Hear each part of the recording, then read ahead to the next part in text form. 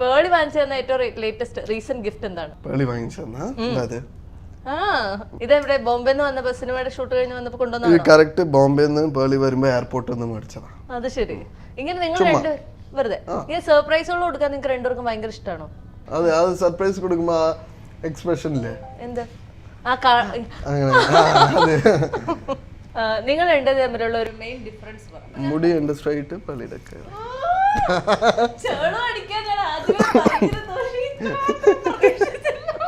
എനിക്ക് ക്യാരക്ടറിലുള്ള ഡിഫറൻസ് എന്താണ്? ക്യാരക്ടറില് പേളി നല്ല ഹൈപ്പർ ആക്റ്റീവ്, ഞാൻ ഒന്ന് കാം മടിയൻ. ഞാൻ ഒന്ന് പറയാം, മടിയൻ. ആ കഥ ഞാൻ ഇതുവരെ ആരോടും പറയാൻ പറ്റിയില്ല. എനിക്ക് മടിയൻ പറഞ്ഞ ഒരു ടാഗ് ലൈൻ വന്നു. ഓക്കെ, ബിഗ് ബോസിൽ എല്ലാവർക്കും ഓരോരോ ടാഗ് ലൈൻ കൊടുക്കുമല്ലോ, അവാർഡ്. അപ്പൊ മടിയൻ വന്നു. ശരിക്കും പറഞ്ഞാൽ ഞാൻ അവിടെ വർക്ക് ചെയ്തു.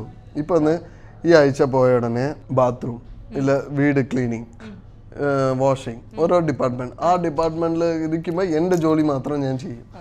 പിന്നെ ഞാൻ ഈ വീട് ക്ലീനിങ് ഒക്കെ വരുമ്പോൾ രാവിലെ ചെയ്താൽ വൈകുന്നേരം, അന്ന് നമ്മൾ ഫുൾ ഡേ ഫ്രീ ആണ്. ബാക്കിയുള്ളവർ വാഷിങ്ങിനൊക്കെ ഇടയ്ക്കിടയ്ക്ക് രാവിലെ ഉച്ചയ്ക്ക് രാത്രി ചെയ്യണം. അപ്പം ഞാൻ അവിടെ പോയി അവർക്ക് ഹെൽപ്പ് ചെയ്യില്ല. എന്നുവെച്ചാൽ അവിടെ ഓൾറെഡി 2 വാഷ് ബേസിനേ ഉള്ളൂ, 4 പേരുണ്ടാവും. എങ്ങനെ നമ്മൾ പോയി ചെയ്യണം? പിന്നെ അത് ചെയ്ത് എന്താ ഇല്ല, മാറി ഞാൻ ചെയ്തു തരാം, അങ്ങനെ സോപ്പ് ഇടേണ്ട ആവശ്യം എനിക്കില്ല. എൻ്റെ ടാസ്ക് എന്താ അത് ഞാൻ ചെയ്തിരിക്കും. പക്ഷെ അപ്പം അങ്ങനെ ഇരിക്കുമ്പോൾ ഞാൻ വെറുതെ ഇരിക്കാൻ കണ്ടിട്ട്, പിന്നെ എൻ്റെ സംസാരം ഞാൻ അത്ര ആക്റ്റീവായിട്ട് സംസാരിക്കില്ല, വഴക്കുണ്ടാക്കില്ല. അപ്പോൾ ലേസി ആയിട്ട് തന്നെ കാണുമല്ലോ. അപ്പോൾ അങ്ങനെയാണ് എനിക്ക് ആ മടിയെന്ന് ടാഗ് വന്ന്. ഇപ്പോൾ ഞാൻ അവിടെ വർക്ക് ചെയ്യാതെ എന്നെ വിടുമോ ആൾക്കാർ? നിങ്ങളെന്നെ വിചാരിച്ചു നോക്ക്. ഞാൻ എന്താ അത്രയ്ക്ക് വലിയ രാജാവ് അവിടെ? ഞാൻ പാട്ട് ക്ലീനിങ്ങാ, ഞാൻ ചെയ്യില്ല, ഞാൻ മടിയണ പറഞ്ഞിരിക്കാൻ പറ്റുമോ? പറ്റില്ല.